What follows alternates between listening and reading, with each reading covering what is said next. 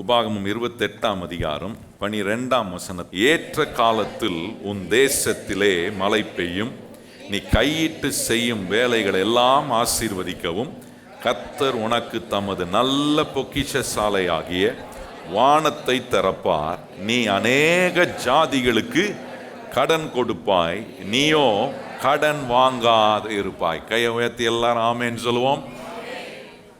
இங்கே சொல்லப்பட்டிருக்கிற வானம் திறக்கப்பட்டு திறந்த வானத்தின் ஆசீர்வாதத்துக்கு கீழே வாழ்கிற ஒரு வாழ்க்கை என்பது வேதத்தில் உள்ள ஒரு ஐடியா, பிப்ளிக்கல் ஐடியா.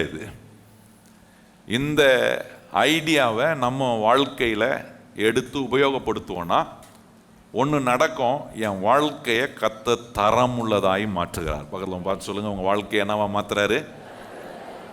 ஏன்னா ஹை குவாலிட்டியான லைஃபாக மாற்றுவார். வெறும் குவாலிட்டி இல்லை, ஹை குவாலிட்டி. இன்னைக்கு என்ன குவாலிட்டி மாத்திரம் போதாது, கொஞ்சம் குவாலிட்டிலையும் ஹையாக இருக்க வேண்டியது ரொம்ப அவசியமாக இருக்குது பாருங்க.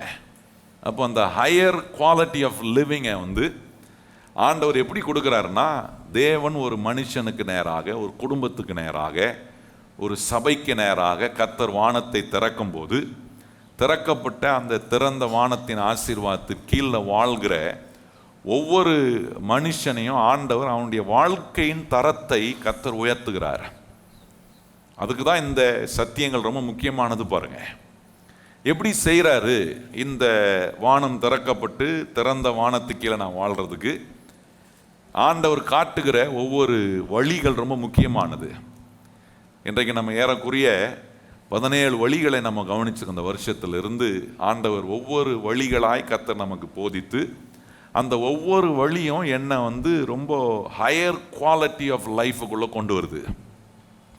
வசனத்தை கேட்குற ஒவ்வொருவரையும் கர்த்தர் ரொம்ப குவாலிட்டியான ஒரு நபராக கர்த்தர் நம்மளை மாத்துறாரு. அப்போ இந்த 17வது வழி ஆண்டவர் சொல்றார், விசுவாசம் தேவன் நமக்கு நேராக வானத்தை திறப்பதுக்கான ஒரு அற்புதமான திறவுகோலாக இருக்கிறது. அப்போ இந்த கர்த்தர் மேல் நாம் வைக்கிற விசுவாசம் ரொம்ப முக்கியமானது. பக்கத்தில் பார்த்து சொல்லுங்க, கர்த்தர் மேல் நம்ம வைக்கிற விசுவாசம் இது என்ன பெருசு அப்படின்னு நம்ம நினச்சி விட்டுறாம, இந்த தேவனை நம்புகிறதுல நிறைய காரியங்களை நம்ம கற்றுக்கொள்ள வேண்டியது இன்னும் இருக்கு பாருங்க. ஒரு மனுஷன் இயேசு கிறிஸ்து அவனுக்கு செய்திருக்கிற எல்லாவற்றையும் நம்பும் போது அதை தான் ஆண்டவர் விசுவாசமா பார்க்குறாரு. ஒரு மனுஷன் கர்த்தர் அவனுக்கு செய்ததை அந்த நம்பிக்கை இல்லாமல், அந்த நம்பிக்கையை கர்த்தர் அவனுக்காக செய்ததில் அவனை டெவலப் பண்ணாமல் இருக்கக்கூடிய ஒரு மனுஷன் எங்கே வாழ்கிறானா, அடைப்பட்ட வானத்துக்கு கீழே வாழ்கிற நிலைக்கு தன்னை ஒப்பு கொடுக்குறான். அப்போ இந்த திறந்த வானத்தில் நான் வாழ்கிறதுக்கும் அடைப்பட்ட வாழ்க்கையை விட்டு நான் விலகி தேவன் திறக்கிற திறந்த வானத்தின் ஆசீர்வாதத்துக்கு கீழே நான் வாழ்கிறதுக்கு ரொம்ப முக்கியமானது கர்த்தர் மேலே நான் வைக்கிற விசுவாசம். அதுதான் நம்ம போன வாரம் கவனித்தோம். எபிரேயர் 11ஆம் அதிகாரம் 1 வசனத்திலும் 6ஆம் வசனத்திலையும் கவனிக்கிறோம். விசுவாசம் நம்பப்படுகிற உறுதியும் காணப்படாதவைகளின் நிச்சயமாக இருக்கிறது. ஏன்னா தேவனை பிரியப்படுத்தக்கூடிய காரியம் விசுவாசம் தான் பாருங்க. விசுவாசம் இல்லாமல் தேவனை பிரியப்படுத்துவது கூடாத காரியம். தேவன் உண்டென்றும் தேவன் தம்மை தேடுகிறவர்களுக்கு பலனளிக்கிறார் என்றும் விசுவாசிக்க வேண்டும். அப்போ முதல் ஒரு காரியத்தை கவனிச்சோம். பரலோகத்தில் என்ன உபயமாகுதுன்னா விசுவாசம் உபயமாகுது. பரலோகத்தினுடைய கரன்சி விசுவாசம் பாருங்க. இந்த பூமியில் நம்ம வாழ்கிறதுக்கு, இந்த இந்தியா நாட்டில் வாழ்கிறதுக்கு நம்ம கையில் இருக்கிற ரூபா ருப்பீஸ் எப்படி வேலைகள் செய்கிறதோ அதை காட்டிலும் மகிமையான வேலையை செய்வது என்னன்னா விசுவாசம் தான் பாருங்க. அதனால இந்த விசுவாசத்தை வச்சு தான் கர்த்தர் நம்மகிட்ட காரியங்களை செய்ய விரும்புகிறாருன்றத ஒரு கிறிஸ்தவனாய் நான் என்னைக்கு அதை பூரணமாய் விளங்கி கொள்றேனோ, எல்லாவற்றிலும் கர்த்தர் மேல உள்ள நம்பிக்கையில நான் அணுகக்கூடியவனாய் மாறி விடுகிறேன். அழகவனிங்க நான் சொல்றது, விசுவாசத்தில் அணுகக்கூடியவனா மாறிடுறேன். நிறைய நேரம் நம்ம நினைக்கிறோம், நம்ம நிறைய கண்ணீர் விட்டா கர்த்தர் நம்ம மேல கொஞ்சம் இரக்கம் காட்டி வந்துருவாரு. பரலோகம் மதிக்கிற ஒன்னே ஒன்று விசுவாசம் தான். அப்படின்னா தேவன் மதிக்கிற, தேவன் ரெஸ்பெக்ட் பண்ற ஒரு காரியம்னா, என்ன நம்புற ஒரு மகன் இருக்கிறானா, ஒரு மகன் இருக்கிறாளா, நான் அவர்களுக்காக செய்ததை நம்புகிறவர்கள் இருக்கிறார்களா என்பதை தான் கர்த்தர் பார்க்கிறார். அதை தான் ஆண்டவர் அங்க மதிக்கிறார் பாருங்க. ஒருவேளை ஆண்டவர் நம்ம விடுற கண்ணீரை தான் மதிக்கிறாருன்னா, இன்னைக்கு உலகத்துல கண்ணீர் விடுறவங்க தான் ஏராளமான கூட்டம். கண்ணீர் விடுற ஏராளமான கூட்டத்துக்கு எல்லாமே பதிலாக மாறி இருக்கணுமே, நன்மையாக மாறி இருக்கணுமே. ஆனால் கண்ணீர் விடுறவங்க இன்னும் கண்ணீர் விட்டு கொண்டு தானே இருக்கிறாங்க. அப்போ இன்னைக்கு நம்ம விளங்கி கொள்ளணும், கிறிஸ்தவ மக்கள், நான் கண்ணீர் விடுகிறதுனால கண்ணீரை ஆண்டவர் மதிக்காம இல்லை. ஆனால் ஆண்டவர் என்ன சொல்றாருன்னா, என் கண்ணீர் விசுவாசம் உள்ள ஒரு நிலையை வெளிப்படுத்தி காட்டக்கூடிய ஒன்றாக இருக்கும்னா, என் கண்ணீர் வெறும் கண்ணீராக இல்லாமல் என் கண்ணீரால் கர்த்தரை நான் என் பக்கம் திருப்ப முடியும்னு நினைக்கிற நிறைய இந்த மாதிரி தவறான மூட நம்பிக்கை உள்ள கிறிஸ்தவ மக்கள் இன்னைக்கு பெருகி கொண்டிருக்கிறார்கள். சத்தியத்தை கேட்கும்போது, சத்தியத்தின் மேல இந்த வசனத்தின் மேல உள்ள விசுவாசம் வரும்போது, என்னுடைய வாழ்க்கையின் சில சூழ்நிலைகளில் கண்ணீரின் பாதையில போகிறேன், ஆனா நான் நம்புறேன் இந்த கண்ணீரை மாத்த எனக்கு ஒரு தேவன் இருக்கிறார் என்று நம்பிக்கையோட. அதான் போன வாரம் காண்பித்த பாருங்க, அந்த ஏழை விதவை தன் கையில் இருந்த அந்த 2 காசையும் கொண்டு ஆண்டவருடைய ஆலயத்தில் காணிக்கை பெட்டியில போடுறா. அவ கண்ணீரோட போடல, என்ன வெறும் கண்ணீரை விட்டுட்டு போடல. அந்த கண்ணீர் மத்தியில அவளுக்குள்ள ஒரு விசுவாசம் இருந்துச்சு.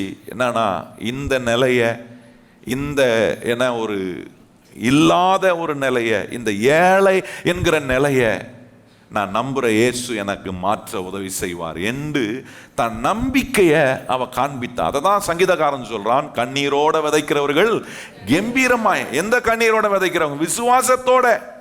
சில நேரம் விசுவாசத்துல காரியங்களை செய்யும் போது சில கண்ணீர்கள் நமக்கு வருது, அது ஒன்றும் தவறு கிடையாது. ஆனா விசுவாசம் இல்லாத ஒரு கண்ணீர் இருக்கும்னா, கர்த்தர் எனக்காக செய்ததை எண்ணி பார்க்கும்போது நான் கண்ணீர் விடுறேன், கர்த்தர் எனக்காக பாடுபட்டதை நினைக்கும் போது எனக்கு கண்ணீர் வருது, கர்த்தர் எப்பேற்பட்ட பாவியா இருந்த என்ன ஆண்டவர் இன்னைக்கு பாவத்தெல்லாம் மன்னித்து என்ன அவருடைய பிள்ளையா மாத்திருக்கிறார் என்கிறத நம்பி யோசிக்கும் போது கண்ணீர் வருது.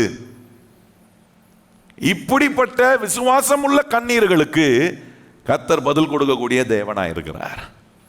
இன்னைக்கு இன்னொரு காரியத்தை உங்களுக்கு எடுத்து காண்பிக்க விரும்புகிறேன். தேவனை வேற எதுவுமே அட்ராக்ட் பண்ண முடியாது விசுவாசத்தை தவிர. ஆண்டவரை நீங்க இம்ப்ரெஸ் பண்ணணும், அட்ராக்ட் பண்ணணும் அப்படின்னா உங்க விசுவாசத்தை தவிர வேற அவரை அட்ராக்ட் பண்ணவோ அவரை இம்ப்ரெஸ் பண்ணவோ ஒண்ணுமே கிடையாது. பக்கத்துல பார்த்து சொல்லுங்க, நம்ம ஆண்டவரை அட்ராக்ட் பண்றதுக்கும் இம்ப்ரெஸ் பண்றதுக்கும் விசுவாசம் தான் ரொம்ப முக்கியம். நல்லா சொல்லுங்களேன், பக்கத்தில் பார்த்து, நம்ம ஆண்டவரை அட்ராக்ட் பண்றதுக்கு இம்ப்ரெஸ் பண்றதுக்கு.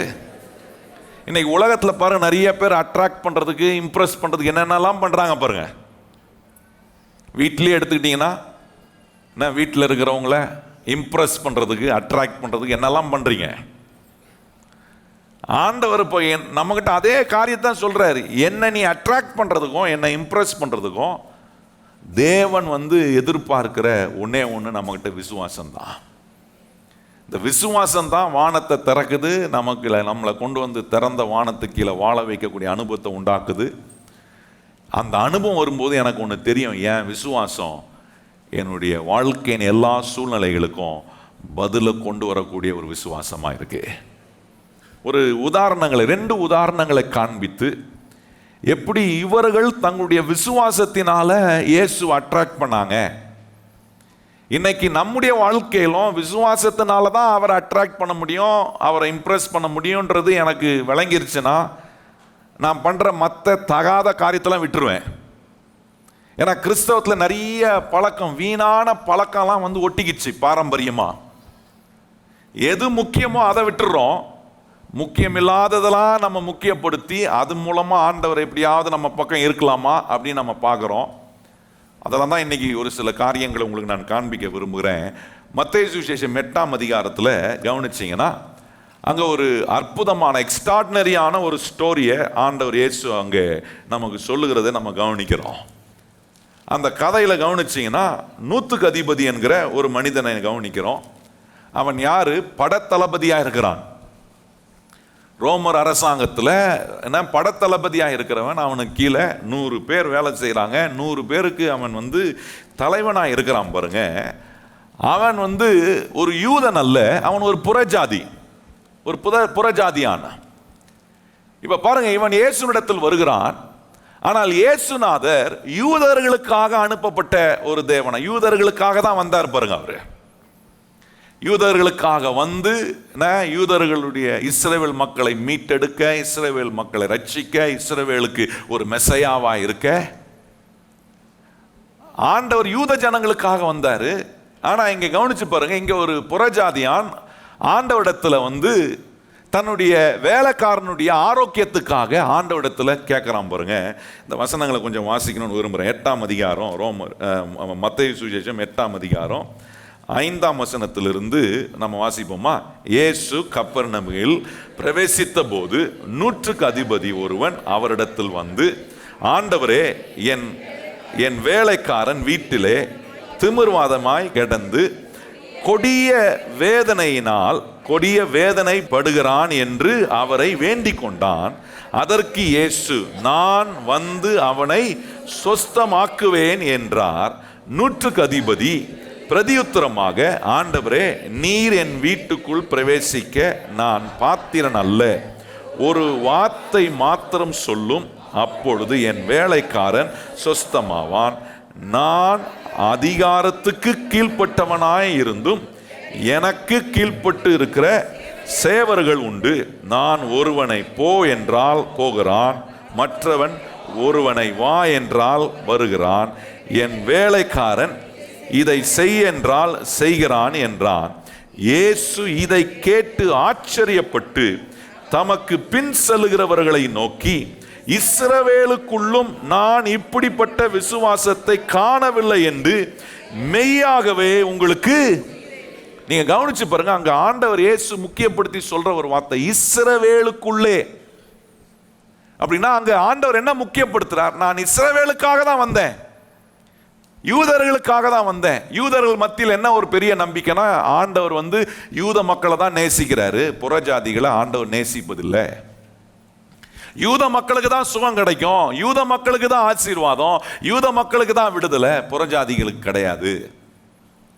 ஆனா இங்க நீங்க கவனிச்சு பாருங்க, இங்க இந்த 100க்கு அதிபதி ஒரு யூதன் அல்ல, அவன் ஒரு புறஜாதியான். ஆனா இந்த 100க்கு அதிபதிக்காக நீங்க லூக்கா 7ஆம் அதிகாரத்துல வாசித்தீங்கன்னா இதே சம்பவம் அங்க இருக்கு. அங்க என்ன செய்யறாங்கன்னா, யூத மக்கள் ஆண்டவர்கிட்ட போய் இவனுக்காக ரெக்கமெண்ட் பண்றாங்க பாருங்க, சிபாரிசு பண்ணுகிறார்கள். என்ன சிபாரிசு பண்றாங்க? ஆண்டவரே, இந்த 100க்கு அதிபதி வந்து நிறைய எங்களுக்கு உதவி செய்திருக்கிறான், தேவ ஆலயத்தை கட்டுவதுக்கும் உதவி செய்திருக்கான், அதனால நீ தயவு கொண்டு பாருங்க, அதனால நீ தயவு கொண்டு ஆண்டவரே இந்த 100க்கு அதிபனுடைய வீட்டில் இருக்கிற வேலைக்காரனை நீ சொஸ்தமாக போக வேண்டும் என்று கேட்கிறார்கள் பாருங்க. எனக்கு இங்க ரொம்ப ஆச்சரியமா இருந்தது என்னன்னா, எந்த மக்களுக்காக இயேசுநாதர் வந்தாரோ, எந்த யூத மக்களுக்காக இயேசுநாதர் வந்தாரோ, எந்த யூத மக்களுக்கு அவரை குறிச்ச அறிவும், அவரை குறிச்ச வெளிப்பாடும், அவரை குறிச்ச விசுவாசமும் இருக்க வேண்டுமோ அவர்களுக்கு இல்லை. ஆனா இந்த புறஜாதியான் பாருங்க, அவனுக்காக இயேசு வரவில்லை. சிலுவையில் மரித்து மனு குலத்துக்காக அவர் ரத்தம் சிந்தின போதுதான் இயேசு கிறிஸ்து எல்லா மனிதனுக்கும் ஆண்டவராக, இரட்சகராக, உலக இரட்சகராக அவர் தம்மை வெளிப்படுத்துறார் பாருங்க. அது வரைக்கும் இந்த வெளிப்பாடு யாருக்கு இருந்துச்சுன்னா யூத மக்களுக்கு மாத்திரம்தான். யூத மக்களுக்கு தெரியும், இவர் தான் மெசாயா, இவர் தான் நம்மளை விடுவிக்க வந்திருக்கிறாரு, இவர் நம்முடைய கஷ்டத்தெல்லாம் நீக்கக்கூடிய ஒரு இரட்சகராய் நமக்கு தேவன் நமக்கு வாக்கு பண்ணினபடி அனுப்பி இருக்கிறார். இதையெல்லாம் தெரிஞ்சு வச்சிருக்கிற யூதர், அவனுக்கு என்ன இல்லைன்னா விசுவாசம் இல்லை, அவனுக்கு அறிவு இல்லை, அவனுக்கு வெளிப்பாடு இல்லை. ஆனா அந்த 100க்கு அதிபதி சொல்றான் பாருங்க, ஆண்டவரே, நீர் என் வீட்டுக்கு வர்றதுக்கெல்லாம் நான் பாத்திரன் அல்ல, ஆனா நீர் ஆண்டவரே இங்கிருந்து ஒரு வார்த்தை சொன்னா போதும், என் வீட்டில் இருக்கிற வேலைக்காரன் என்னவான், சொஸ்தமாவான். பாருங்க, அப்ப என்ன கவனிச்சுக்கிறோம்னா, இந்த 100க்கு அதிபதிக்கு என்ன தெரியுதுன்னா, இந்த இயேசு கிறிஸ்துவினுடைய அதிகாரம் எப்படி வேலை செய்யுதுன்னு அவனுக்கு தெரியுது. ஸ்பிரிச்சுவல் அத்தாரிட்டி இந்த யூத மக்களுக்கு தான் தெரியணும் பாருங்க. எப்படி வந்து இந்த ஆவிக்குரிய சத்தியங்கள், ஆவிக்குரிய வல்லமை எப்படி வேலை செய்யணும்னு இந்த யூத மக்களுக்கு தான் தெரிஞ்சிருக்கணும். தெரிஞ்சிருக்க வேண்டிய யூத மக்களுக்கு அது தெரியல பாருங்க. ஆனா இந்த புறஜாதியானா இருந்த இந்த 100க்கு அதிபதிக்கு தெரியுது எப்படி கர்த்தருடைய ஆவிக்குரிய அதிகாரம் வேலை செய்துன்னு. இன்னைக்கு நிறைய நேரம் கிறிஸ்தவ மக்களுக்கு இந்த ஆவிக்குரிய அதிகாரம் எப்படி வேலை செய்யுன்னு தெரியல. சர்ச்சுக்குள்ள இருக்கிறோம், வசனத்தை கேட்கிறோம், வாரம் வாரம் வந்து ஆராதிக்கிறோம். ஆனா நமக்கு என்ன தெரிய மாட்டுதுன்னா, இந்த ஆவிக்குரிய அதிகாரம் எப்படி வேலை செய்ய வைக்கிறார் ஆண்டவர்ன்றதை நான் விளங்கி கொள்ள மாட்டேன். சர்ச்சில் தான் உட்கார்றேன், தேவ சமூகத்துக்கு வருகிறேன், கர்த்தருடைய வார்த்தையை கேட்கிறேன், எல்லாம் எனக்கு இருந்தோம். எப்படி யூத மக்களுக்கு எல்லாம் அவருக்காக, இயேசுநாதர் அவர்களுக்காக தான் வந்தார்னு தெரிஞ்சிருந்தோம். இந்த இயேசுவை குறித்த ஒரு வெளிப்பாடு, இந்த இயேசுவின் மேல ஒரு விசுவாசம் அவங்களுக்கு வரல பாருங்க. ஆனா இந்த இந்த புறஜாதியானா இருந்த இந்த நூத்துக்கு அதிபதிக்கு தெரியுது, ஆண்டவரே உம்முடைய அதிகாரம் எப்படி விளங்கும் அப்படின்னா. ஒரு புறஜாதியானா இருக்கிற இந்த நூத்துக்கு அதிபதி சொல்றான், ஆண்டவரே உம்முடைய வார்த்தையில என்ன மாதிரி வல்லமை இருக்குன்னு எனக்கு தெரியும் ஆண்டவர். அந்த வார்த்தை நீர் அனுப்புனா போதும், என் வேலைக்காரன் சொஸ்தமாயிடும், அதை நான் நம்புறேன்.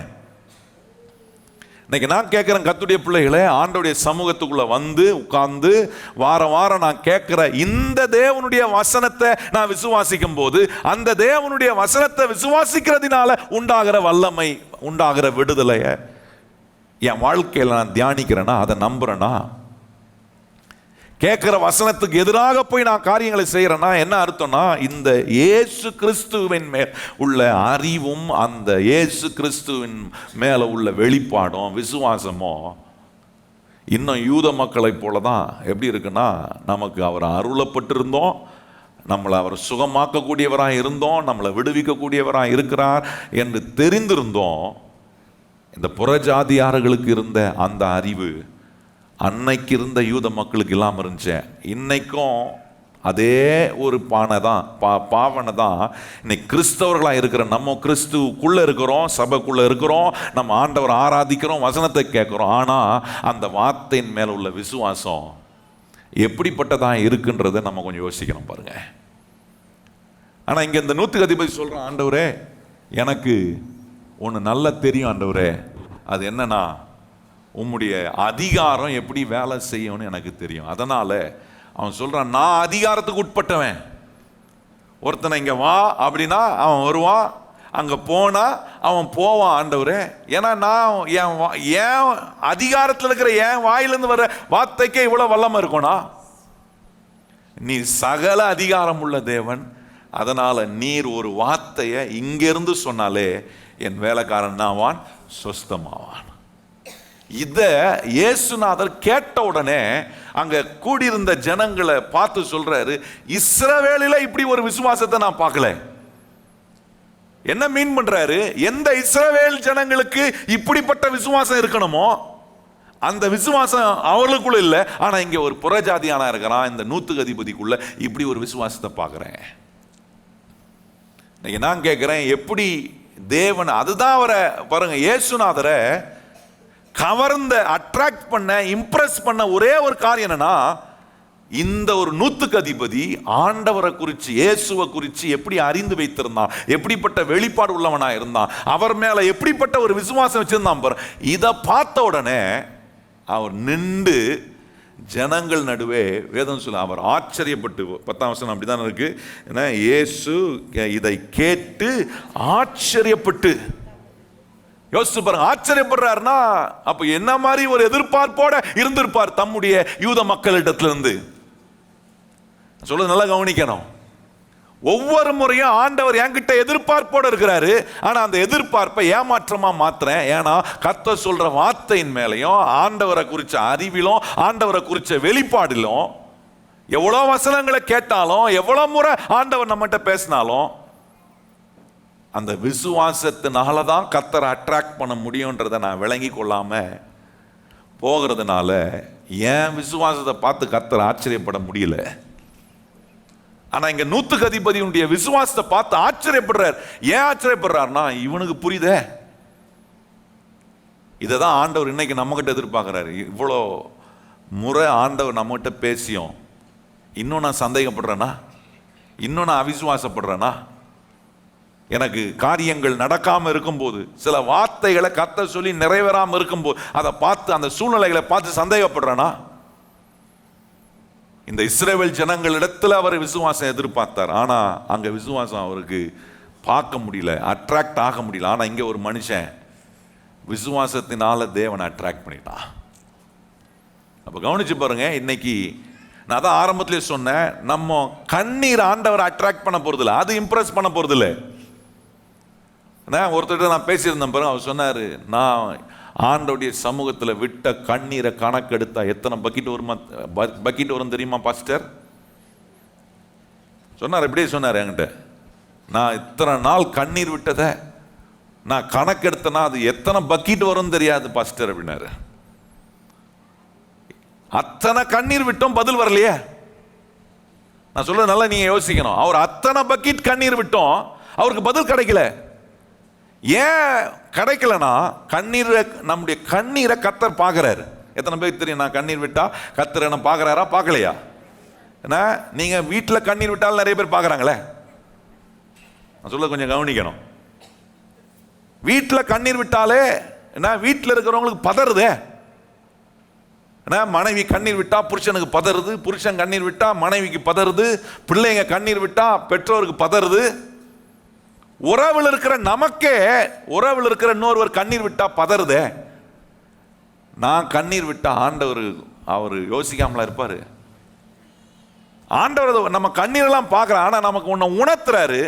உன் கண்ணீரை மாத்திரம் நான் பார்க்குற தேவன் அல்ல, அந்த கண்ணீரோட நீ உன் விசுவாசத்தின் மூலமா என்னை அட்ராக்ட் பண்ண, என்னை இம்ப்ரெஸ் பண்ணக்கூடிய ஒரு நிலையில உங்ககிட்ட விசுவாசம். இவ்வளோ வசனங்களை கேட்டோம், நம்முடைய வாழ்க்கையில் இப்படிப்பட்ட விசுவாசம் உண்டா? வசனத்தை கேட்கறதுனால உண்டாகிற விசுவாசத்தில் ஆண்டவரிடத்துல போய் நம்ம ஜெபிக்கும் போது சில கண்ணீர் நமக்கு வருதா? அதுல ஆண்டவர் என்ன பார்க்கிறாருன்னா, என் கண்ணீரையும் பார்க்கிறார், என் விசுவாசத்தையும் பார்க்கிறார். பக்கத்துல பார்த்து சொல்லுங்க, கர்த்தர் என் கண்ணீரையும் பார்க்கிறாரு. சிலருடைய வாழ்க்கையில வெறும் கண்ணீரை மாத்திரம் தான் பார்க்கிறாரு. ஹலோ, இருக்கிறீங்களா? என்ன சிலருடைய வாழ்க்கையில் என்ன பார்க்கிறாரு? கண்ணீரை மாத்திரம் தான் பார்க்கிறார். பக்கத்தில் பார்த்து சிலருடைய வாழ்க்கையில் என்ன பார்க்கிறாரு? ஆனா இன்னிலிருந்து என்ன பார்ப்பாரு? கண்ணீரையும் பார்ப்பாரு. நல்லா சொல்லுங்க, பக்கத்தில் பார்த்து, இன்னைக்கு என்ன கண்ணீரையும் பார்ப்பாரு. ஒரு வாட்ஸ்அப்ல ஒரு வீடியோ வந்துச்சு பாருங்க. அந்த வீடியோவில் இப்படி ஒருத்தர் பிரசங்கம் பண்றதை நான் கேட்டேன் பாருங்க. அவர் சொல்றாரு, எவ்வளவு கண்ணீர் விட்டுருக்கிற, நீ எவ்வளவு கண்ணீர் விடுறியோ அந்த கண்ணீரின் அளவின்படி தான் கர்த்தர் உனக்கு பதில் அளிப்பார். என்ன மாதிரி இருக்கு பாருங்க. இன்னைக்கு கிறிஸ்தவ சமுதாயம் சத்தியத்தை விட்டு, சத்தியத்தினால உண்டாகிற விசுவாசத்தை விட்டு விலகி போய், என் கண்ணீரால கர்த்தரை நான் மாத்திர முடியும், அவரை நான் இம்ப்ரெஸ் பண்ணிட முடியும் நினைக்கிற ஒவ்வொரு கிறிஸ்தவ மக்களும் ஏமாற்றத்தில் தான் இருக்கிறாங்க. நல்ல கவனிங்க கர்த்தருடைய பிள்ளைகளே, என் கண்ணீரை மதிக்கிறாரு, ஆனா அந்த கண்ணீரோட நான் ஒரு காரியத்தை ஆண்டவருக்கு வெளிப்படுத்தும் போது அங்க என் விசுவாசம் இருக்கான்றத கர்த்தர் பார்க்கிற. அந்த விசுவாசம் இருக்கிறத ஆண்டவர் அது அவர் அட்ராக்ட் பண்ணுது. அந்த விசுவாசம் என்ன செய்யுதுன்னா, என்னை கண்ணீர் விடுறவனாகவே இருக்க வைக்கிறது இல்ல, என் கண்ணீரை துடைக்கிற ஒரு நிலையை கர்த்தர் எனக்கு ஏற்படுத்து. ஏன்னா என் கண்ணீரோட இப்ப விசுவாசம் இருக்கு. இப்படிப்பட்ட என்ன தவறான அபிப்பிராயங்களை மனசுக்குள்ள வச்சிருப்போம்னா, நான் கண்ணீர் விட்டே கர்த்தரிடத்துல பதில பெற்றுவேனா, இங்க வேதம் நமக்கு தெளிவா சொல்லுது, கர்த்தரை விசுவாசத்தினால தான் பிரியப்படுத்த முடியும். சொல்லுங்க, கர்த்தரை எதனால தான் பிரியப்படுத்த முடியும்? இன்னைக்கு அதை நம்ம நல்லா விளங்கிட்டோம். இதெல்லாம் ஒரு ஒரு ரொம்ப அடிப்படையான ஒரு காரியம் பாருங்க. இதுல தான் நிறைய கோளாற, நிறைய வித்தியாசமான எண்ணங்களை கிறிஸ்தவ மக்களுக்குள்ள, என்ன சத்தியத்தை அல்லாத எண்ணங்களை விட்டுறான் பாருங்க பிசாசு. இன்னொரு காரியம் கவனிச்சிங்கன்னா, என்ன வரட்டு உபவாசம். வரட்டு உபவாசம்னா எப்படிப்பட்ட உபவாசம்னா, அவங்க சொல்லுவாங்க, இயேசுநாதரே 40 நாள் தான் இருந்தாரு, நான் இயேசுநாதரோட அதிகமா இருக்கிறேன், 41 நாள் இருந்தேன் உபவாசம். நான் கேட்கிறேன், இயேசுநாதர் 40 நாள் உபவாசம் இருந்து வனாந்தரத்தில் அவர் சோதிக்கப்பட்டார். சோதிக்கப்பட்ட போது பிசாசை ஜெயிச்சார். உங்க விசுவாசத்தை, உங்க வரட்டு உபவாசத்தினால பிசாசை ஜெயிக்க முடியுதா? சிலர் 41 நாள் உபவாசம் போட்டுட்டு அதுக்கப்புறம் போய் நல்லா பவர்ஃபுல்லா சண்டை போடுறாங்க. பவர்ஃபுல்லா வாயை திறந்து கண்டபடி பேசுறது. உபவாசம் இருப்பதே எதுக்குன்னா, நான் இன்னும் ஆண்டவரை நம்புறேன், ஆண்டவர் என் மாம்சத்தை நம்பல, என் மாம்சத்தின்படி நான் நடக்க விரும்பல, நான் ஆவியின்படி நடக்க விரும்புறேன், என்ன உம்முடைய கரத்தில் ஒப்பு கொடுக்குறேன், என் மனதை புதிதாக்குறேன் ஆண்டவரே, என் மனதை நான் உம்முடைய கட்டுப்பாடுக்குள்ள கொண்டு வரேன். அதாங்க உபவாசம். ஆண்டவருடைய சமூகத்தில் போய் நம்முடைய காரியங்களை சொல்லும் போது என்ன சொல்ற, ஆண்டவரே இது வரைக்கும் நான் மாம்சமா நிறைய செயல்பட்டுட்டேன், ஆண்டவரே வேணாம் ஆண்டவரே, நீர் கிரியை செய்யும், உம்மை நம்பி நான் வரேன். இப்படி நிறைய தவறான காரியங்களை மனசுக்குள்ள போட்டுக்கிட்டு நான் கண்ணீர் விட்டா கர்த்தர் எனக்கு என்ன பதில் கொடுத்துருவார், நான் உபவாசம் இருந்தா கர்த்தர் எனக்கு பதில் கொடுத்துருவார். இந்த மாதிரி தவறான எண்ணங்களை, உபவாசம் இருக்கணும், உபவாசம் இருக்கும்போது விசுவாசம் இருக்கணும், கண்ணீர் விடும்போது அதில் விசுவாசம். கர்த்தர் எதை பார்க்குறாரு? என் உபவாசத்தையும் பார்க்குறாரு, அந்த உபவாசத்தை விசுவாசத்தோட செய்கிறனானும் பார்க்குறாரு. நிறைய பேர் சிலர் பார்க்கறதுக்காக, சிலர் சொல்றதுக்காக உபவாசம் இருப்பாங்க. நான் இன்னைக்கு உபவாசம், அவங்க இருக்கிறதே ஒரு 2 மணி நேரமோ 3 மணி நேரம் உபவாசம். ஹலோ, நான் சொல்றது புரியுதா இல்லையா? எப்போ உபவாசம்னா காலைல 8 மணிக்கு சாப்பிட்டுருப்பாங்க, காலைல 8 மணிக்கு நல்லா சேர்த்து சாப்பிட்றது. ஏன்னா 3 மணிக்கு தான் என்னுடைய விரதத்தை நான் உடைக்க போறேன்னு காலைல 8 மணிக்கு மசாலா தோசை 2 சாப்பிட்டுட்டு கேட்டா நான் உபவாசம், மதியானம் சாப்பிடலையா? இல்லை உபவாசம். உபவாசம் முடிச்சுட்டு சாப்பிடுவேன். இது என்ன உபவாசனே தெரியல. இது மாதிரி நிறைய பேருக்கு சொல்லி அப்படியே சுற்றி தெரியுது, நான் இன்னைக்கு உபவாசம், வெள்ளிக்கிழமை உபவாசம், செவ்வாய்க்கிழமை உபவாசம். உபவாசம் இருக்கிறீங்கன்னா போய் தனியாக உட்காந்து ஜோம் பண்ணணும். கர்த்தர் சொல்றாரா உபவாசம் இருக்கு சொல்லி? நீங்களா ஒன்று மனசுக்குள்ள நினச்சிக்கிட்டு நான் இன்னைக்கு உபவாசம் இருக்கலான்னு முடிவு பண்ணிட்டேன். கர்த்தர் கேட்குறாரு, நான் முடிவு பண்ணாத நீ எப்பப்பா முடிவு பண்ணன்னு கேட்குறாரு. இது மாதிரி நான் சொல்றது நல்லா நீங்க கவனி. இந்த மாதிரி தவறான எண்ணங்களை நமக்குள்ள உண்டாக்கிட்டு இப்படிலாம் பண்ணா கர்த்தர் என் மேல பிரியப்படுவார் நான் நினைச்சுக்கிறேன். அதுதான் இன்னைக்கு கர்த்தர் சொல்றாரு, உன் கண்ணீரை கர்த்தர் பார்க்கறாரு, நீ இருக்கிற உபவாசத்தை கர்த்தர் ஆனா அதை காட்டிலும் என் விசுவாசத்தை தான் கர்த்தர் பெருசா பார்க்கறாரு. கையை சொல்லுங்க, என் விசுவாசத்தை தான் கர்த்தர் என்ன பார்க்கறாரு. சிலர்லாம் உபவாசம் இருந்தே என்ன உடம்பை கெடுத்து எல்லாத்தையும் கெடுத்துக்கிட்டாங்க. கடைசியில் என்ன சொல்லுவாங்க, கர்த்தருக்காக இருந்து இப்படி ஆயிட்டேன். கர்த்தர் கேட்பார், உன்னை நான் எப்படி இப்படி இருக்க சொன்னேனா? கர்த்தர் கேட்பார், உன்னை நான் இப்படி இருக்க, நான் உனக்கு ஆரோக்கியத்தை கொடுத்து உன்னை நல்ல ஸ்ட்ராங்காக வச்சு பாருங்க. நான்லாம் உபவாசம் இருந்திருக்கிறேங்க. எனக்கு கர்த்தர் சொல்லுவார், அந்த நாட்களில் உன்னை தனியாக போய் நீ காத்துரு, உபவாசம் இரு. எனக்குள்ள ஆவியான உணர்த்தினார். உணர்த்தின போது நான் உபவாசம் இருந்தேன். நான் யார்கிட்டயும் உபவாசம் இருக்கிறேன்னு சொல்றதே கிடையாது. பாருங்க, ஆண்டவருடைய சமூகத்தில் அப்படி ஆண்டவர் உணர்த்தி அப்படி போய் உட்காரும் போது அதுல விசுவாசம் நிறைய வளரும். நமக்கு ஆண்டவர் மேல நம்பிக்கை நமக்கு நிறைய வரும். அந்த உபவாச நாட்களில இதுவரைக்கும் இல்லாத விசுவாசம் எனக்கு என் வாழ்க்கையில பெருகுங்க. ஆனா இன்னைக்கு உபவாசம் பண்றவங்களுடைய வாழ்க்கையில விசுவாசம் பெருக மாட்டுதே. ஆனா என்ன சொல்றாங்க, நான் உபவாசம் இருக்கிறேன், இத்தனை நாள் உபவாசம். என்ன விசுவாசம் வளர்ந்துருக்கா? அதுல விசுவாசத்துக்கு உண்டான அடையாளங்கள் வெளிப்பட்டு இருக்கா? அப்ப கவனிங்க கர்த்தருடைய பிள்ளைகளே, நம்முடைய கண்ணீரை கர்த்தர் பார்க்கிறார். ஆனா அந்த கண்ணீரை பார்க்கிற தேவன் எனக்கு விசுவாசம் இருக்கான்றதையும் பார்க்கிறார். என் உபவாசத்தை கர்த்தர் பார்க்கிறார். அந்த உபவாசத்தை நான் செய்யும் போது எனக்குள்ள விசுவாசம் இருக்கான்றதையும் கர்த்தர் பார்க்கிறார். சும்மா நான் என்ன நம்ம ஊர்ல சொல்லுவாங்க பாருங்க, சும்மா பீத்திக்கிறது, இந்த பீத்தாப்புக்கெல்லாம் பண்ணக்கூடாது. கர்த்தருடைய வார்த்தை நமக்கு சொல்லும், கர்த்தர் நம்மளை உணர்த்துவார். எனக்குள்ள ஆவியானவர், எத்தனை பேருக்குள்ள ஆவியானவர் இருக்கிறார்? கையை உயர்த்தி காட்டுங்க. ஆவியானவர் இருக்கிறாரா? இந்த ஆவியானவர் சொல்லுவார், போ தனித்திரு, கொஞ்ச நாள் என்கிட்ட சமூகத்தில் காத்துரு. அப்படிப்பட்ட நாட்களில் போய் நீங்க காத்துரு. நான் சொல்றேன், உங்களுக்கு மகிமையான வெளிப்பாடை கர்த்தர் கொடுப்பாரு. என்ன விசுவாசத்தை உண்டாக்குவாரு. அந்த ஜெபம் முடிவதுக்குள்ள, அந்த உபவாசம் முடிகிறதுக்குள்ள கர்த்தர் செய்ய வேண்டிய அற்புதத்தை செஞ்சு முடிக்கக்கூடிய அதிசயங்களை கர்த்தர் காண்பிப்பார். அதை விட்டுட்டு எவ்வளோ கண்ணீர் விட்டுக்கிற? இப்படிலாம் தவறான காரியங்களை நீங்கள் உங்கள் வாழ்க்கையில் கை கொண்டுட்டு கடைசியில் ஏமாற்றத்தில் நிற்கும் போது விரக்தி அடைந்து போய், நான் எவ்வளோ பண்ணி பார்த்த ஆண்டவருக்கு, ஆண்டவர் சொல்றாரு, நான் உனக்காக எவ்வளோ பண்ணியிருக்கேன் கொஞ்சம் யோசிச்சு பார்த்தியா? நான் சொல்ல எத்தனை பேருக்கு புரியுது? நான் எவ்வளவு பண்ணிருக்கிறேன் ஆண்டவரே, நான் இதை பண்ணிருக்கிறேன், நான் இப்படி கண்ணீர் விட்டு இருக்கிறேன், நான் இப்படி உபவாசம். ஆண்டவர் கேட்கிறேன், நான் உனக்காக எவ்வளவு பண்ணிருக்கின்றது என்னைக்காவது யோசிச்சு நம்பி இருக்கிறியான்னு கேட்கிறாரு. இந்த 100க்கு அதிபதி பாருங்க, அதை நம்புறான். இந்த இயேசுவுக்கு அதிகாரம் இருக்கு. இவருடைய வாயிலிருந்து வருகிற வார்த்தை, என் வாயிலிருந்து பேசுற வார்த்தைக்கு இவ்வளவு வல்லமை இருக்கணும்னா, இவர் ஒரு வார்த்தை சொன்னா போதும், அங்க சுகமாயிடுவான் என் வேலைக்காரன். என்ன மாதிரி நம்பிக்கைங்க! இந்த நம்பிக்கையை தான் கர்த்தர் தம்மை தேடி வருகிற அவருடைய வசனத்தை கேட்கிற ஒவ்வொருவருக்குள்ளேயும் அந்த விசுவாசத்தை கர்த்தர் எதிர்பார்க்கிறாரு. அந்த விசுவாசத்தை நான் காட்டும் போது அவர் ஆச்சரியப்பட்டு என் மேல அட்ராக்ட் ஆகிறார், என் மேல இம்ப்ரெஸ் ஆகிறாரு. சில நினைக்கிறாங்க நல்ல கதறினா ஜெபத்தில் என்ன பண்ணணும், கதறணும். கதறினா ஆண்டவர் வந்து கேட்பாரு. ஏன் அவருன்னா செவிடா? நான் கேட்குறேன், காது ஆண்டவர் காது கேட்காதா? கதறுங்கள், நல்ல கதறுங்கள். இன்னைக்கு வந்திருக்க உங்க எல்லாரையும் கதற கதற விட்டு ஜோம் பண்ண எப்படி இருக்கும்? எனக்கு உங்களை கதற வைக்க முடியாதா என்ன?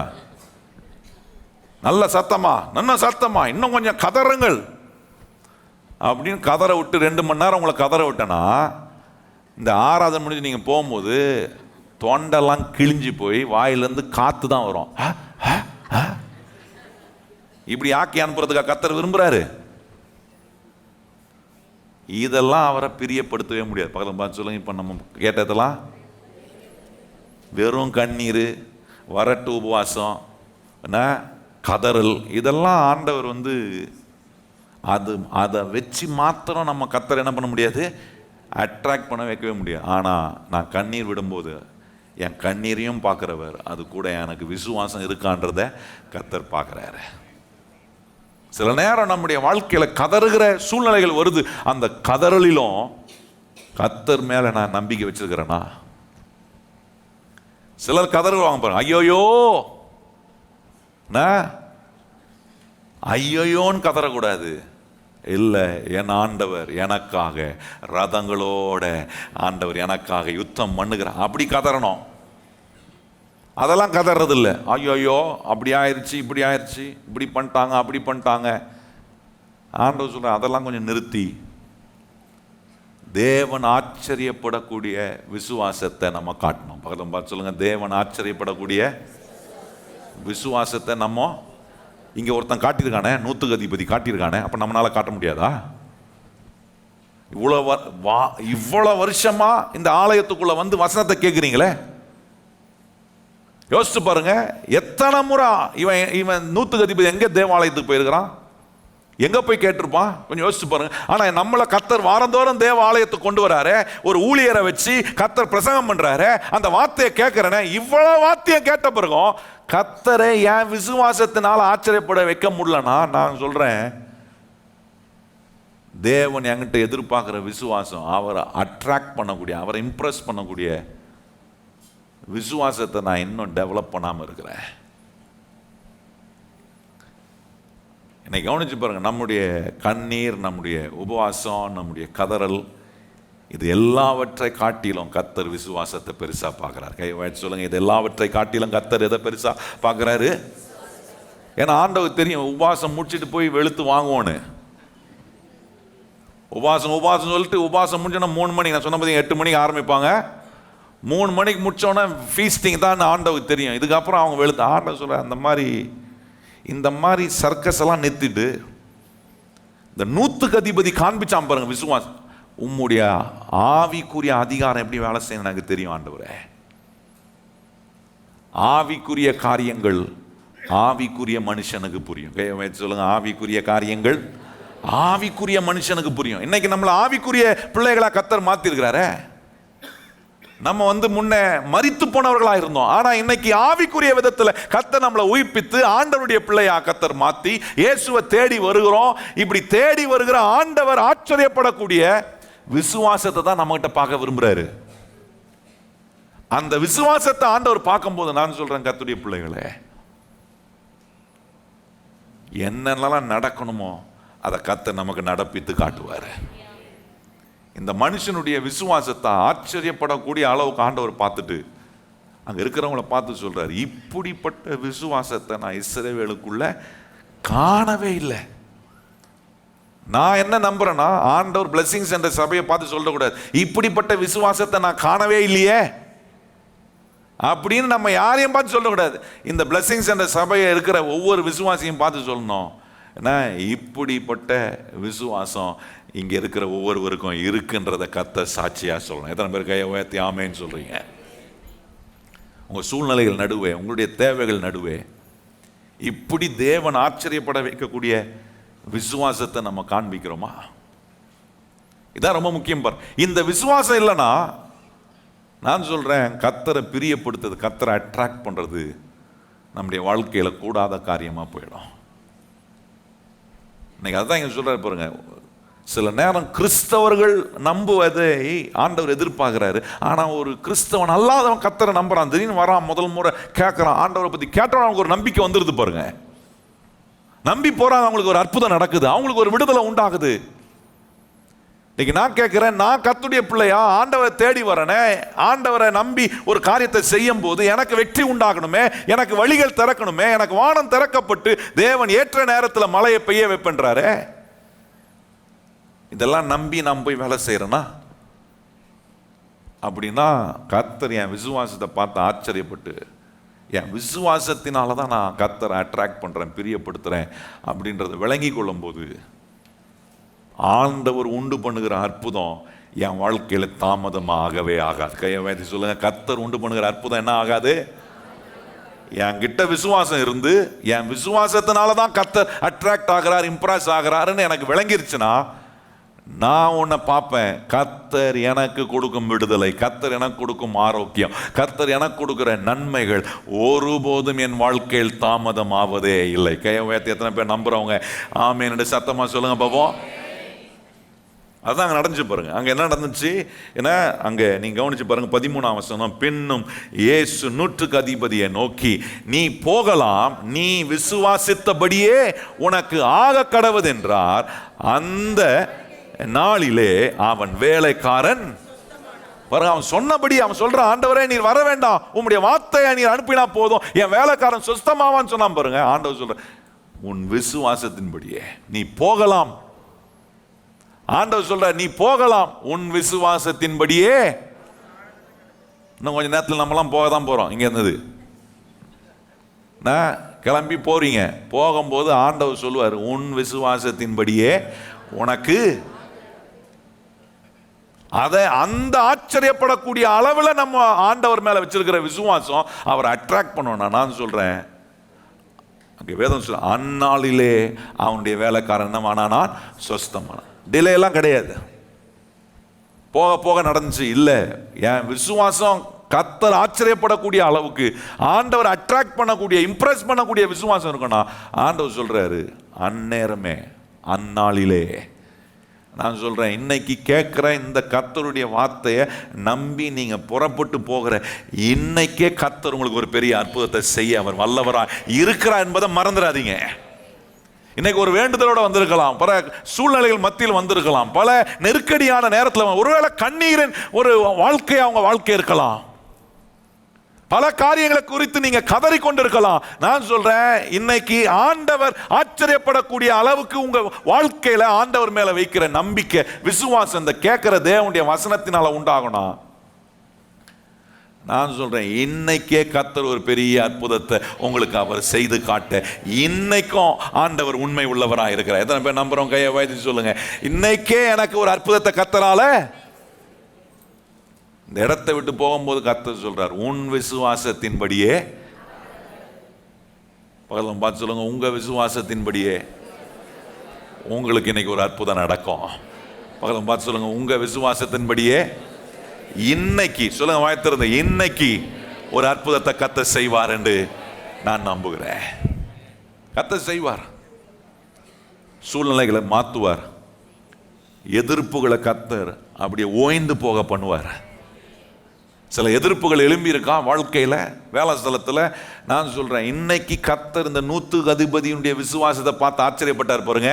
இன்னைக்கு ஆண்டவருடைய அதிகாரம் எப்படி வேலை செய்யுது, ஆண்டவருடைய வார்த்தை எவ்வளோ வல்லமையானது, எப்படி அந்த வார்த்தையை நம்பினா நான் நிச்சயமாக அற்புதத்தை பெற முடியும், என் வாழ்க்கையில் காரியங்கள் மாறும் நம்புவீங்கன்னா, இன்னைக்கே கர்த்தர் ஒரு அற்புதத்தை செய்து காட்ட. எதிர்ப்புகள் எல்லாம் கர்த்தர் அதமாக்கி, அடைப்பட்டிருக்கிற வாசலெல்லாம் கர்த்தர் திறக்க அவர் இன்னைக்கே. நான் சொல்றேன், இப்ப கேட்டுக்கொண்டிருக்கிற உங்க வாழ்க்கையில கர்த்தர் நீங்க இந்த இடத்தை விட்டு போகும்போதே அவர் உங்களுக்கான வேலைகளை செய்ய ஆரம்பிக்கிறார். ஏன்னா உங்க விசுவாசத்தின்படி உங்களுக்கு ஆக கடவுதுன்னு சொல்றார். நூற்றுக்கு அதிபதி போய் வீட்டில் பார்க்குறான், வேலைக்காரன் சுகமா இருக்கிறான். எப்படி வந்து கொஞ்சம் யோசிச்சு பாருங்க. அவன் எவ்வளோ சந்தோஷப்பட்டிருப்பான், எவ்வளோ அவனுக்கு ஒரு நிறைவு வந்திருக்கும். நான் சொல்கிறேன், அதே விசுவாசம் இன்னைக்கு உங்களுக்குள்ளே இருந்து நீங்கள் இந்த இடத்த விட்டு போவீங்கன்னா, நீங்கள் போகிறதுக்குள்ள ஒரு அற்புதத்தை கர்த்தர் உங்களுக்கு உதவி செய்வார். அந்த 100 எப்படி களி கூர்ந்தானோ, நான் சொல்கிறேன், அதே களி கூறுதலை உங்கள் விசுவாசத்தின் மூலமாக ஆண்டவர் அட்ராக்ட் ஆவார்னா, உங்களுக்கும் அதே அற்புதத்தை அன்னைக்கு செய்த இயேசுநாதர் இன்னைக்கும் செய்ய வல்லவராய் இருக்கிறார். எத்தனை பேர் நம்புறோம்? கையை வைத்து சொல்லுங்க, ஆண்டவரே நீர் அன்னைக்கு அற்புதம் செய்கிறவர் மாத்திரம் இல்லை, இன்னைக்கும் என் விசுவாசத்தின் மூலமாய் எனக்கு அற்புதம் செய்கிற தேவன் நீர். இன்னொரு சம்பவம் பாருங்க, மத்தேயு 15ஆம் அதிகாரம் வந்தீங்கன்னா, அங்கே கானானிய ஸ்திரீயை குறித்து ஆண்டவர் சொல்றாரு. இந்த கானானிய ஸ்திரீயும் பாருங்க, இயேசுநாதர்கிட்ட வருகிறா. வந்து இயேசுநாதர்கிட்ட தன்னுடைய மகளுடைய ஆரோக்கியத்துக்காக இயேசுநாதர்கிட்ட வருகிறார். இயேசுநாதர்கிட்ட வந்து சொல்றா, என் மகள் பிசாசினால் அலக்களிக்கப்பட்டு அவள் வியாதிப்பட்டிருக்கிறான், அவளை நீ சுகமாக்க வேண்டும் என்று அவள் இயேசுநாதர்கிட்ட கேட்கிறா. பாருங்க 22ஆம் வசனம் பாருங்க. அப்பொழுது அந்த திசையில் கூடியிருக்கிற கானானிய ஸ்திரீ ஒருத்தி அவரிடத்தில் வந்து, ஆண்டவரே தாவீதின் குமாரனே எனக்கு இரங்கும், என் மகள் பிசாசினால் கொடிய வேதனைப்படுகிறாள் என்று சொல்லி கூப்பிட்டால், அவளுக்கு பிரதியுத்தரமாக அவர் ஒரு வார்த்தையும் சொல்லவில்லை. நல்ல கவனிங்க, இவ வந்து தன்னுடைய காரியத்தை சொல்றா. இந்த கானானிய ஸ்திரீ இவளும் பாருங்க ஒரு யூதன் அல்ல, கானானிய ஸ்திரீ ஆண்டவர்கிட்ட வரா, வந்து சொல்றா, இந்த மாதிரி என் பிள்ளை ஒரே பிசாசினால ஆண்டவரே அலக்களிக்கப்பட்டு வேதனைப்பட்டு கொண்டு இருக்கிறா, அவளை நீர் வந்து சுகமாக்க வேண்டும் என்று ஆண்டவர்கிட்ட கேட்கிறா. ஆண்டவர் அமைதியா இருக்கிறாரு. நல்ல கவனிங்கள், இதே ஒரு சூழ்நிலை பாருங்க. என்ன, ஒரு விபச்சாரி ஸ்திரீயை யோவான் 8ஆம் அதிகாரத்தில் கவனிக்கணும். கொண்டு வந்து இயேசுநாதருக்கு முன்னாடி நிறுத்தி, மோசேயுடைய நியாயப்பிரமாணம் இப்படி சொல்லுகிறது, இப்படிப்பட்ட தவறுகளுக்கு கண்டுபிடிக்கப்பட்டவளை கல்லெறிந்து கொல்லணும் அப்படின்னு சொல்லுது. இயேசுவையும் சோதிக்க இவளுக்கு அவர் என்ன தண்டனை கொடுக்க போறா என்பதையும் பார்க்கறதுக்காக அவளை கையும் களவுமா பிடிச்சு கொண்டு வந்து இயேசுநாதர் முன்னாடி நிறுத்துறாங்க. எல்லாம் ஒருத்தன் ஒவ்வொரு என்ன அந்த சகோதரி மேல குறை சொல்லுகிறார்கள். இயேசுநாதர் ஒரு வார்த்தையும் சொல்லாம தரையில குனிந்து அவர் எழுதி கொண்டிருந்தார். ஒரு வார்த்தையும் சொல்லல. அப்ப யோசிச்சு பாருங்க, ஆண்டவர் வந்து எல்லாத்தையும் சொல்றதை கேட்டிருக்கார். நான் நினைக்கிறேன் தலையை குனிஞ்சு தரையில அவர் எழுதி கொண்டிருக்கும் போது ஒவ்வொருத்தரும் குற்றம் சொல்லும் போது, இவன் நேற்று ராத்திரி எங்க இருந்தான்னு அங்க எழுதியிருப்பார்னு நினைக்கிறேன். இவன் எப்படிப்பட்டவன், சொல்றவன் யாரு, குறை சொல்றானே ஒருத்திய பார்த்து இவன் எப்படிப்பட்ட குறை உள்ளவன் அப்படின்றதான் எழுதியிருப்பார் பாருங்க. எல்லாம் சொல்லி முடிச்சு ரொம்ப நேரம் கழிச்சு இயேசுநாதர் நிமிர்ந்து பார்க்கிறாரு. நிமிர்ந்து பார்த்து அவங்கள சொல்றாரு, உங்களில் பாவம் இல்லாதவன் முதல் கல்ல அவன் மேல எரிய கடவன் சொன்ன உடனே ஒருத்தங்குறை இல்லை, எல்லாம் ஓடிட்டான். குற்றம் சாட்டின ஒருத்தங்குறை இல்லை, எல்லாம் போனார்கள். ஏன்னா கல் எறிய முடியல, எல்லாரும் குற்றப்பட்டு அவர்கள் போனார்கள். அங்க அந்த சகோதரி மாட்டு நின்றாள். இயேசுநாதர் அவளை பார்த்து சொன்னார், போ, இனி பாவம் செய்ய. வாழ்வதற்கான வழியை உண்டாக்கினார் பாருங்க. சில நேரம் ஆண்டவர் அமைதியா இருக்கிறார்னா அவர் கொடுக்கிற பதில் நம்மளை வாழ வைக்கக்கூடிய பதிலாக இருக்கும். கையை உயர்த்தி ஆமென் சொல்லுங்க. சில நேரம் ஆண்டவர்கிட்ட இருந்து பதில் வரலையா, ஆனா நம்ம காத்திருந்து நம்பிக்கையோட நம்ம விசுவாசத்தை அவர் மேல வைப்போனா. சிலர் காத்திருக்கதே இல்லை, ஆண்டவர் சொல்றதுக்கு முன்னாடி இவங்க குறுக்க பூந்து பேசிடுவாங்க. நான் குறுக்கால பேசுற பழக்கம் நிறைய பேருக்கு இருக்கும் பாருங்க. ஆண்டவர்கிட்டையும் அப்படிதான். ஆண்டவர்கிட்ட வந்து அப்படி எல்லாம் பல்ல சொல்லிட்டு ஆண்டவர் ஏதாவது சொல்றதுக்கு நமக்குள்ள உணர்வு உண்டாக்கும் போது நமக்கு ஏதாவது சொல்லணும் விரும்ப நடுவில் பூந்து ஏதாவது ஒன்று சொல்லிடுறது. அதுதான் பாருங்க, சில நேரம் ஆண்டவர் நமக்கு அமைதியா இருக்கிறாருன்னா அவர் நமக்கு கொடுக்கிற பதில் பெரிய அற்புதத்தை நமக்கு செய்ய போகிறது என்பதை காட்டுகிற ஒரு அடையாளமா இருக்கும். அதே சம்பவம் பாருங்க நடக்குது. இந்த கானானிய ஸ்திரீக்கு இயேசுவிடத்தில் வந்து தன்னுடைய தேவையை சொல்றா. இயேசுநாதர் அமைதியா இருக்கிறார். ஏன்னா இவளை குற்றம் சாட்டுகிற. ஏன்னா என்ன சொல்றாங்கன்னா, இந்த கானானிய ஸ்திரீ, இந்த புறஜாதிய ஆண்டவர் ஏன் என்கரேஜ் பண்றாரு, ஏன் இவகிட்ட பேசுறாரு? இவளை அனுப்பிவிட வேண்டியது தானே. இவ ஆசீர்வாதத்தை பெற பாத்திரமானவள அல்ல, இவ சுகத்தை பெறதுக்கு தகுதியானவள், இவங்களா ஆண்டவர்கிட்ட இருந்து எதையும் பெறதுக்கு தகுதியானவர்கள் அல்லையே. இந்த ஒரு எண்ணத்தோட இருக்கிறவர்களுக்கு ஆண்டவர் ஒரு பாடத்தை கற்றுக் கொடுக்க விரும்புறாரு. இந்த எண்ணம்லாம் இருக்க, உனக்கு தான் ஆசீர்வாதம், உனக்கு தான் நான் ஆண்டவராக இருக்கிறேன், உன்னை காப்பாற்ற தான் வந்திருக்க சொல்றியே. ஆண்டவர் கேட்குறாரு யூத ஜனங்களை பார்த்து, என்ன இந்த கானானிய ஸ்திரியை போல விசுவாசிக்கிறியான்னு கேட்குறாரு. ஆண்டவர் அமைதியாக இருந்தார் பாருங்க. அமைதியாக இருந்துட்டு அதுக்கப்புறம் ஆண்டவர் சொல்கிற பதில் பாருங்கள், ரொம்ப ஆச்சரியமாக இருக்குது. அங்கே சொல்கிறாரு 23ஆம் வசனம், அவளுக்கு பிரதியுத்தரமாக அவர் ஒரு வார்த்தையும் சொல்லவில்லை. அப்பொழுது அவருடைய சீஷர்கள் வந்து, இவள் நம்மை பின்தொடர்ந்து கூப்பிடுகிறாளே, இவளை அனுப்பிவிடும் என்று அவரை வேண்டிக் கொண்டாங்க. ஏன்னா ஆகாது பாருங்க, இவ யாருன்னா புறஜாதியார்.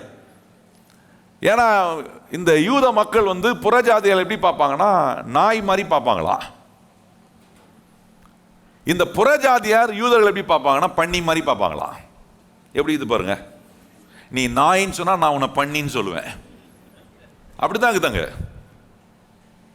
இயேசுநாதர் அதை எடுத்து மறுபடியும் அவங்களுக்கு சொல்றாரு பாருங்க, நீ யார நாயின்னு நினைக்கிறியோ அவங்கிட்ட எப்படிப்பட்ட விசுவாசம் இருக்கு பாருப்பா அப்படின்றத ஆண்டவர் உணர்த்திக்காங்க பாருங்க. அடுத்த வசனம் பாருங்க.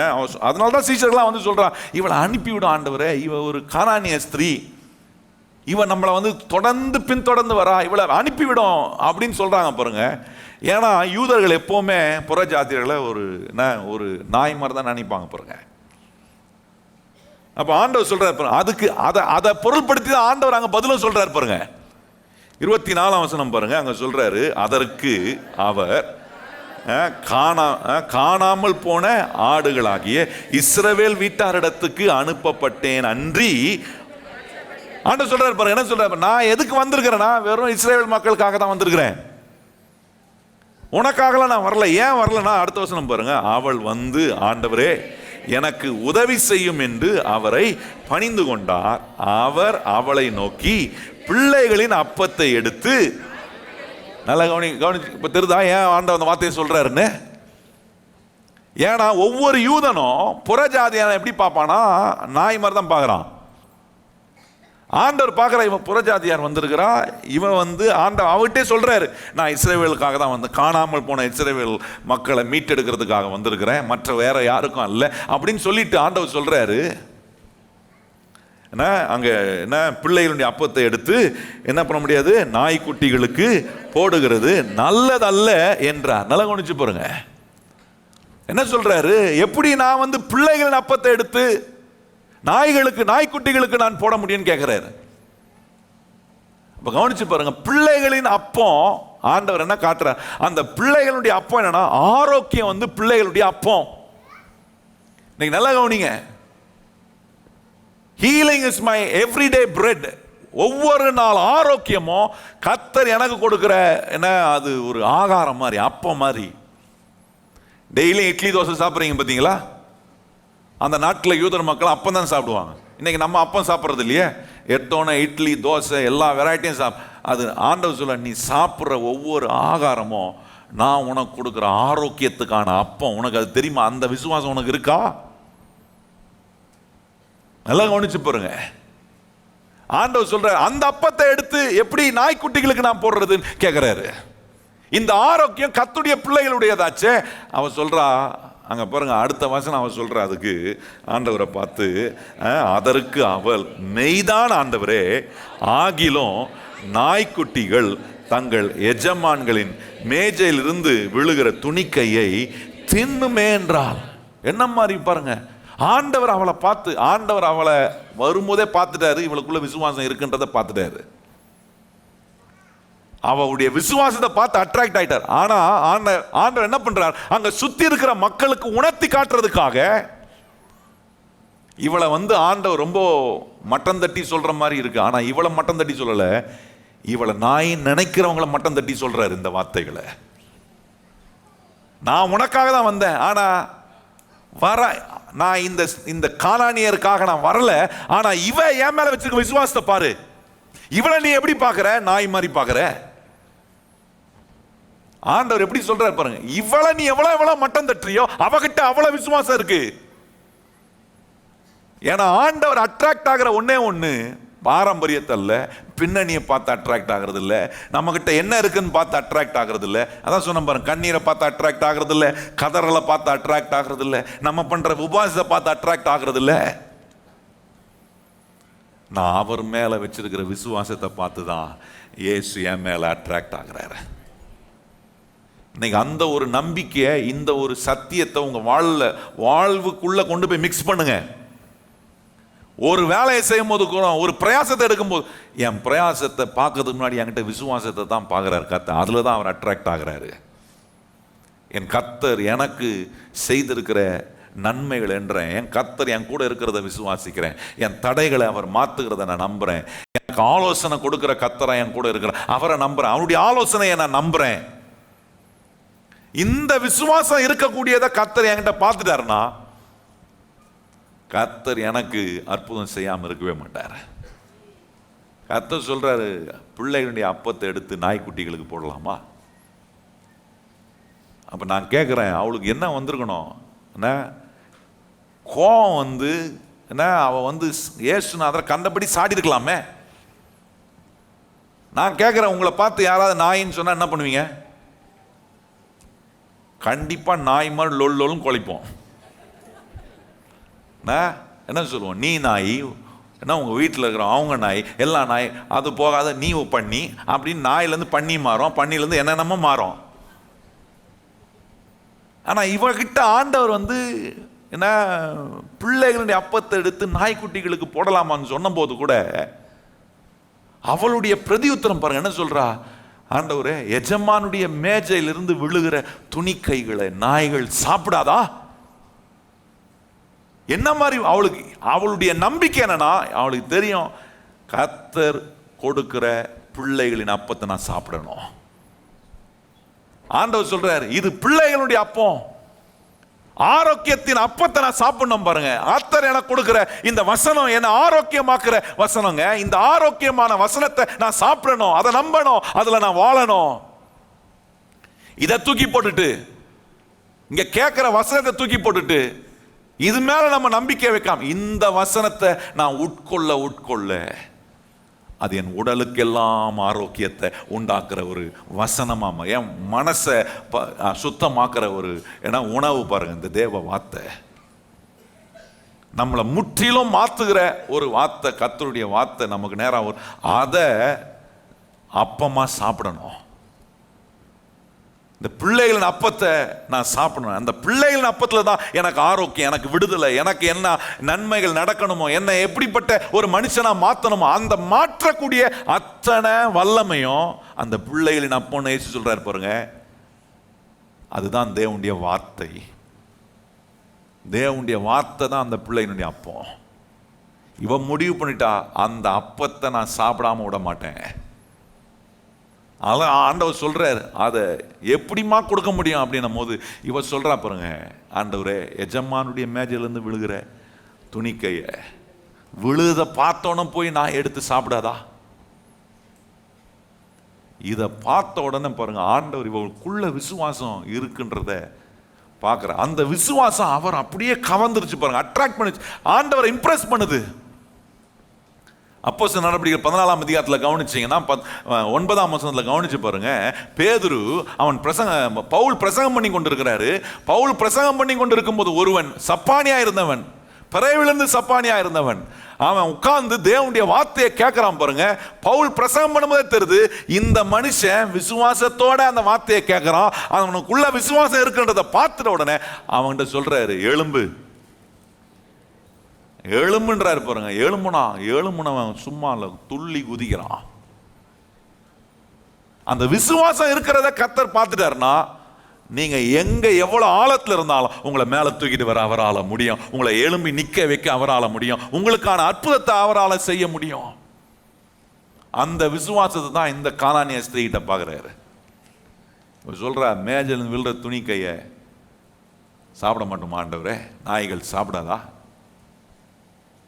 இவர்களுக்கெல்லாம் எங்களை நாயின்னு சொல்கிறாங்க.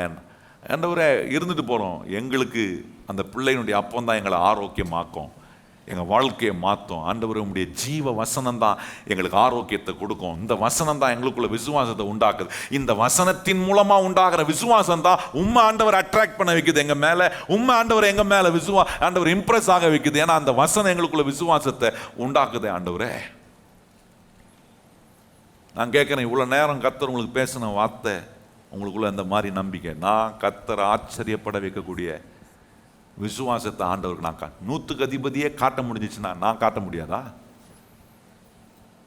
வாரம் வாரம் வந்து வசனத்தை கேட்குறேனே, வாரம் வாரம் நம்பிக்கையோட ஆண்டவர் தேடி வரனே, என்கிட்ட அந்த விசுவாசத்தை கர்த்தர் பார்க்க முடியும். எத்தனை பேர் கை வாய்ச்சி சொல்லி, ஆண்டவரே என்னிடத்திலும் 100க்கு அதிபதியில் காணப்பட்ட விசுவாசத்தை நீர் பார்ப்பீர். ஆண்டவர் கையை வாய்த்து எல்லாரும் சொல்லுங்க, ஆண்டவரே என்கிட்டையும் அந்த 100க்கு அதிபதி கிட்ட பார்த்த விசுவாசத்தை, இந்த கானானிய ஸ்திரீ கிட்ட பார்த்த விசுவாசத்தை என்கிட்டையும் பார்க்கிறீர். ஆண்டவர் என் மேலே நீர் அட்ராக்ட் ஆகிறீர், இம்ப்ரெஸ் ஆகிறீர்.